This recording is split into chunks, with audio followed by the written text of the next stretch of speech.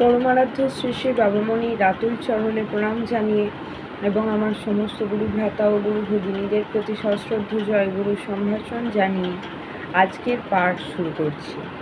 ওম অখণ্ড সংহিতা বা অখণ্ড মণ্ডলেশ্বর শ্রী শ্রী স্বামী স্বরূপানন্দ পরমহংসদেবের উপদেশবাণী একবিংশ খণ্ড।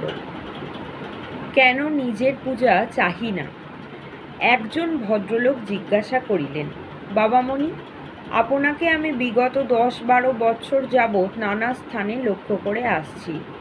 আপনি যখন যেখানে যান সেখানে কি কি যে বলেন বা কি কি করেন তার খোঁজ আমি যতটা সাধ্য নিয়ে থাকি। তার ফলে আপনার সম্পর্কে আমার কতকগুলি বদ্ধমূল ধারণা জন্মেছে। তন্মধ্যে সর্বপ্রধান ধারণাটি এই যে আপনি কোনো অবস্থাতেই কারো পূজা চান না।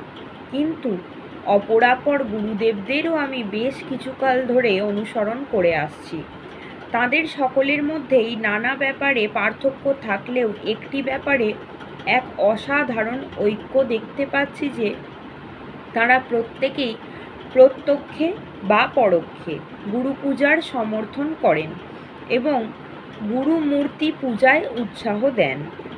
তাঁরাই বা কেন দেন, আপনি বা কেন দেন না, এই কথাটিই আমার জিজ্ঞাস্য। শ্রী শ্রী বাবামণি বলিলেন, আমি যে আমার মূর্তি পূজা করবার প্রেরণা আমার শিষ্যদের দিই না, তার প্রধান কারণ এই যে ওই পূজাতে আমার কোনো লাভ নেই। লোকসান আছে কি না সেই কথাটি কখনো ভেবে দেখিনি। সমবেত উপাসনায় আমার প্রতিচিত্রের পূজার অবকাশ নেই, কারণ ওই উপাসনাতে আমি সকল উপাসক উপাসিকাদের সঙ্গে চিরকালের জন্য একজন সমসাধক। সমবেত উপাসনাতে যাতে সব গুরুর শিষ্যদের একত্রে বসবার সুযোগ ঘটলে যেন তাদের একত্র মিলনে বাধা না থাকে, শুধু এই জন্যও সমবেত উপাসনার পূজার বেদিতে আমার বা অন্য যে কোনো মহাপুরুষের বা অবতারের বা ঈশ্বরকল্প ব্যক্তির মূর্তি আদি রাখা নিষিদ্ধ।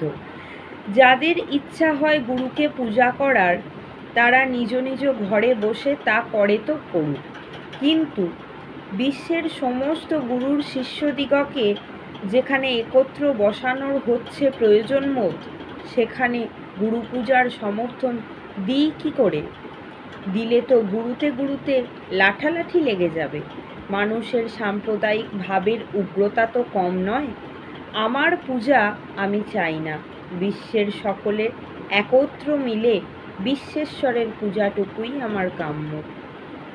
জয় গুরু।